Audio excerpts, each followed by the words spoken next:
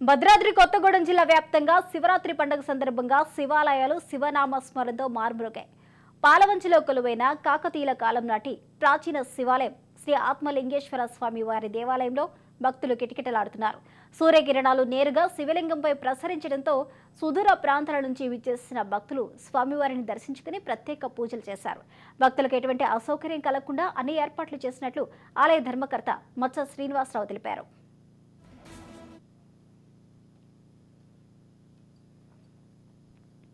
పాతపాల్వంచ చింతల చెరువు కట్ట వద్ద చేసినటువంటి శ్రీ ఆత్మలింగేశ్వర స్వామి వారి దేవాలయం నందు పూర్వము అనగా 13వ శతాబ్దంలో కాకతీయ రాజులచే నిర్మించబడినటువంటి ఈ దేవాలయం వాస్తు ప్రకారంగా ప్రతి శివరాత్రికి ప్రథమంగా స్వామివారిని సూర్య భగవానుడి కిరణాలతో అభిషేకించే మహోత్తరమైనటువంటి దృశ్యం మన ఆత్మలింగేశ్వర స్వామి ఆలయంలో భక్తులందరూ ప్రత్యక్షంగా చూస్తున్నారు, తనివి తీరా ఆస్వాదిస్తున్నారు.